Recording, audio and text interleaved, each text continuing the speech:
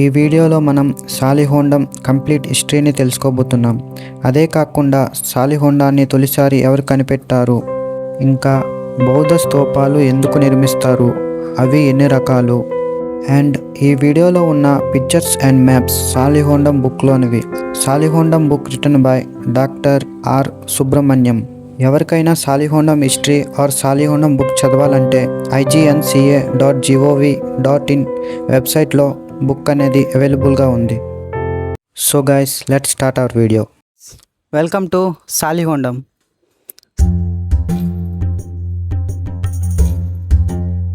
సాలిహోండం ఆంధ్రప్రదేశ్ రాష్ట్రంలోని శ్రీకాకుళం జిల్లా గారా మండలంలో ఉన్న ఒక గ్రామం మరియు గ్రామ పంచాయతీ. ఇది ప్రాచీన కళింగ రాజ్యానికి చెందిన చారిత్రక ప్రదేశం గల బౌద్ధ క్షేత్రంగా ప్రసిద్ధి చెందింది మరియు ముఖ్య పర్యాటక ఆకర్షణగా గుర్తించబడింది. ఈ గ్రామం వంశధార నది దక్షిణ తీరంలోని ఒక కొండపై ఉంది. ఇది కళింగ పట్టణానికి పశ్చిమంగా సుమారు 5 కిలోమీటర్లు, సింగపురానికి 10 కిలోమీటర్లు, శ్రీకాకుళం పట్టణానికి 18 కిలోమీటర్లు దూరంలో ఉంది. ప్రాచీన కాలంలో దీన్ని సాలిపేటిక అనే పిలిచేవారు. తెలుగు భాషలో దీన్ని బియ్యం వ్యాపార కేంద్రం అనే అర్థం ఉంది. సాలిహోండాన్ని మొట్టమొదటిగా దివ్యాంగతరావు సాయిబ్ జీవి గుర్తించి పునరావాస శాఖకు నివేదించారు. రామ్మూర్తి పంతులు హెచ్ లాంగ్హర్స్ట్ 1919లో 3 సార్లు తవ్వకాలు జరిపారు. ఆ తర్వాత టిఎన్ రామచంద్రన్ మరియు ఆర్ సుబ్రహ్మణ్యం 1953-54 ముఖ్యమైన నిర్మాణాలు మరియు పురాతన వస్తువులను వెల్లడించారు. చైనా యాత్రికుడు హయాన్ సాంగ్ సాలిహోండం సందర్శించి ఈ స్థలం గురించి తన అభిప్రాయాన్ని ఆసక్తికరమైన కథనంగా అందించాడు. సాలిహోండంలో బౌద్ధమత మూలాలు మౌర్యుల కాలంలో లేదా అంతకు ముందున్న శాతవాహన కాలంలో అత్యున్నత స్థాయిలో వెలిసింది. ఇక్కడ చాలా అవశేషాలు శాతవాహన కాలం నాటివే. నిర్మాణ విశేషాలు. సాలిహోండంలో బయటపడిన నిర్మాణాలు క్రీస్తు పూర్వం 2వ శతాబ్దం నుండి క్రీస్తు శకం 7-8వ శతాబ్దం వరకు ఇది ముఖ్య బౌద్ధ సందర్భం అనగా వివరాల సముదాయంగా ఉన్నట్లు తెలియజేస్తున్నాయి. ఇక్కడి విహారాల నిర్మాణ శైలి కృష్ణాలోయలోని ఇతర బౌద్ధ క్షేత్రాల నిర్మాణాలతో పోలిస్తే భిన్నంగా ఉంటుంది. కొండ శిఖరంపై వృత్తాకారపు స్తూప చైత్యం ఉంది. విహారాల కొండ హలుపులపై ఖాళీ ఉన్న చోట నిర్మించబడింది. ఆంధ్రప్రదేశ్లోని సాధారణంగా స్తూపాల్లో కనిపించే ఐకిక వేదికలు ఐకా ప్లాట్ఫామ్స్ ఇక్కడ లేవు. చక్రాకారక పునాది ఉన్న స్తూపం ఒకటే ఉంది. మిగతా స్తూపాలు ఉత్తర భారత శైలిలో నిర్మించబడ్డాయి. అమరావతి, నాగార్జున కొండ వంటి ప్రాంతాల్లో కనిపించే శిల్పాలతో అలంకరించిన రాతి కవరింగాలు ఇక్కడ కనిపించవు. ఇక్కడ బయటపడిన నిర్మాణాలలో ఒక మహాస్తూపం, 3 చిన్న స్తూపాలు, 4 అపిసిడల్ చైత్య గృహాలు, 5 విహారాలు మరియు ఇతర నిర్మాణాలు ఉన్నాయి. మహాస్తూపం నుండి 3 సెప్టికా అంటే క్రైస్టియల్ ధాతు పేటికలు లభించాయి. మట్టి పాత్రలు మరియు శాసనాలు. తవ్వకాల్లో లభించిన మట్టి పాత్రలు కూడా ఎంతో ప్రాముఖ్యత కలిగి ఉన్నాయి. వాటిలో అనేక శాసనాలు చెక్కబడి ఉన్నాయి.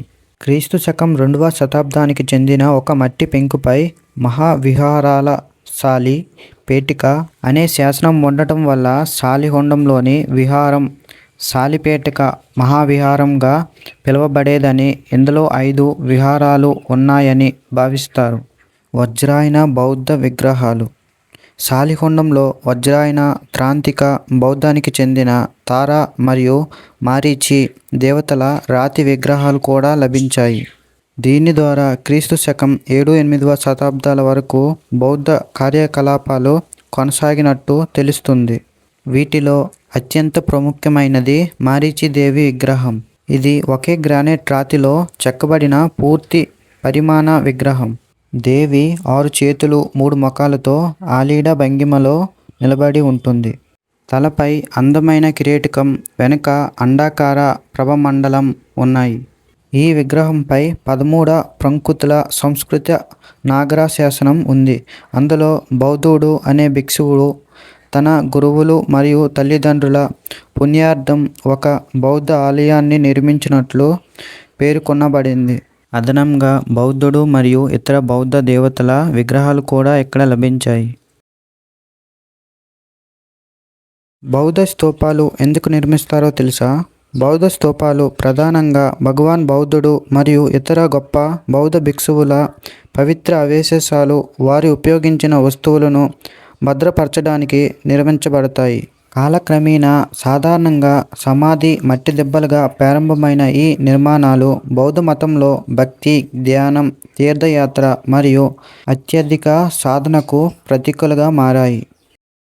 చారిత్రకంగా బౌద్ధ స్తూపాలను 5 ముఖ్య కారణాల కోసం నిర్మిస్తారు. పవిత్ర అవశేషాలను భద్రపరచడానికి, బౌద్ధుని వ్యక్తిగత వస్తువులను భద్రపరచడానికి, బౌద్ధ చరిత్రలోని ముఖ్యమైన సంఘటనలను చూపించడానికి, బౌద్ధ విశ్వతత్వాన్ని సూచించడానికి, పుణ్యాన్ని సంపాదించేందుకు.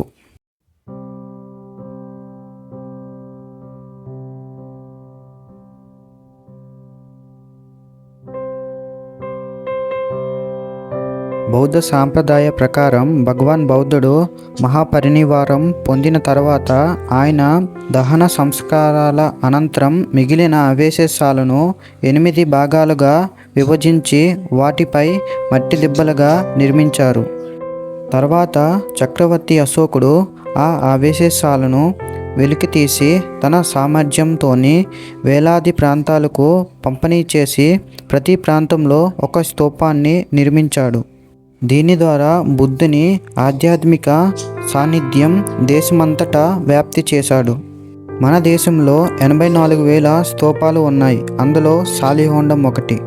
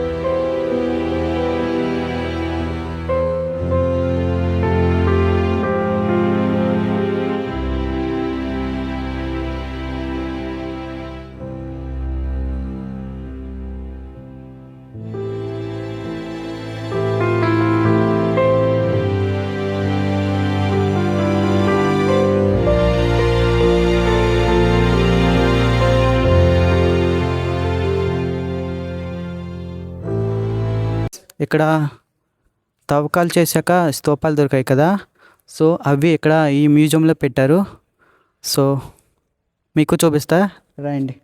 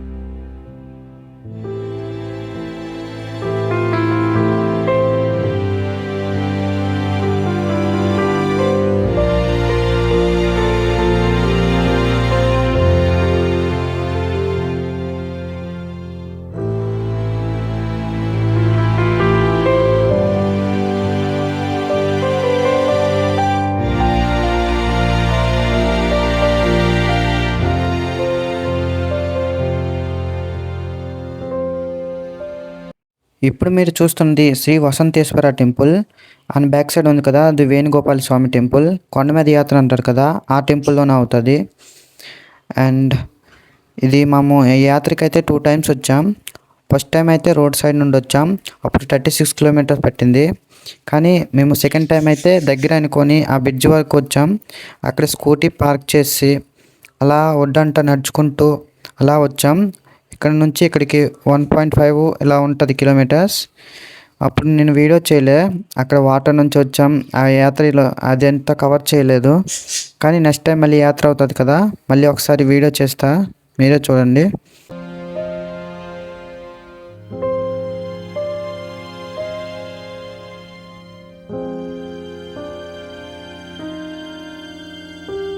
మీకు ఈ వీడియో నచ్చినట్టుంటే లైక్ చేయండి, ఛానల్ని కొత్తగా చూస్తే సబ్స్క్రైబ్ చేసుకోండి. Thanks for watching. So see you next video.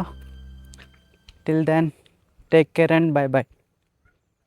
So guys, ఇదైతే ఇక్కడికి అన్నిటికంటే పెద్ద స్తూప చూడొచ్చు. స్తూపాలోకి వెళ్తున్నాం. సో ఇక్కడ చాలామంది ప్రేమికులు ఉన్నట్టు ఉన్నారు. సో వాళ్ళు నేమ్స్ ఇక్కడ రాసుకున్నారు. సో లోన్ కూడా ఇదిగోండి, రౌండ్గా ఉంది, 1 వే ఉంది. సో ఇది దేనికి యూజో నాకు తెలియదు సరిగ్గా, కానీ మీకు నా దగ్గర ఉన్న ఇన్ఫర్మేషన్ అయితే మీతో షేర్ చేసుకున్నా. మీరు వీడియోలో చూసారో లేదో. సో మీ అందరికి ఒక విషయం చెప్పాలి. సో మీరు ఇలాంటి హెరిటేజ్ సైట్స్కి విజిట్ చేయడానికి వస్తే ఇలా ప్లాస్టిక్ అనేది ఎక్కడైతే అక్కడ త్రో చేయకండి. చూడండి, బింగో, వాటర్ బాటిల్ ఇలా ఏవైతే అవే ఇలాంటి దగ్గర త్రో చేయకండి. మీకు బయట డస్ట్బిన్స్ అనేవి చాలా దగ్గర ప్రొవైడ్ చేశారు గవర్నమెంట్. సో మీరు ఇవన్నీ అందులో వేయడానికి చూడండి, లేదా మీతో క్యారీ చేసి మీ ఇంటి దగ్గర లేదా ఎక్కడో త్రో చేయడానికి చూడండి. కానీ ఇలాంటి హెరిటేజ్ సైట్స్కి వస్తే ప్లీజ్ ఇలాంటివి ఇగ్నోర్ చేయండి. So thank you. సో నేనైతే నా పనిగా ఇవి డస్ట్బిన్లో త్రో చేస్తున్నా. ఇదిగోండి బయట సోఫా బయట డస్ట్బిన్ ఉంది, చూడండి ఎంత బ్యూటిఫుల్గా ఉందో. సో ఇలాంటి వాల్యుబుల్ ప్లేస్కి వచ్చి మీరు ఇలా చేస్తే అంతే కొద్దిగా బాగోదు. చూడండి డస్ట్బిన్ కూడా ఎంత బాగుందో, కానీ ఎంత చెప్పినా వేస్ట్.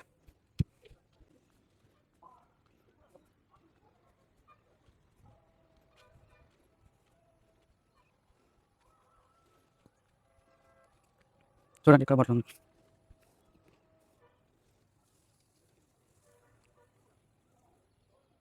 మన నేచర్ని ఇలా పాడు చేసేస్తున్నారు ఇక్కడికి వచ్చిన విజిటర్స్.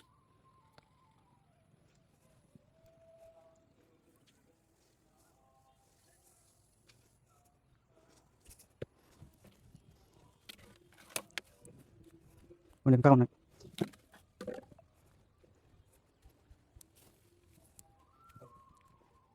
సో ఇవన్నీ నేను డస్ట్బిన్లో వేసేస్తా, కానీ మీరు నెక్స్ట్ నుంచి ఇలా చేయొద్దు. సో ఇక్కడ కూడా సాల్ట్ ఏదో మీద వేశారు. చూడండి ఇక్కడ నుంచి ఎంత పీస్ఫుల్గా వైబ్ వస్తుందో, కానీ మీరు వచ్చి ఇలా చెత్తని స్ప్రెడ్ చేస్తున్నారు.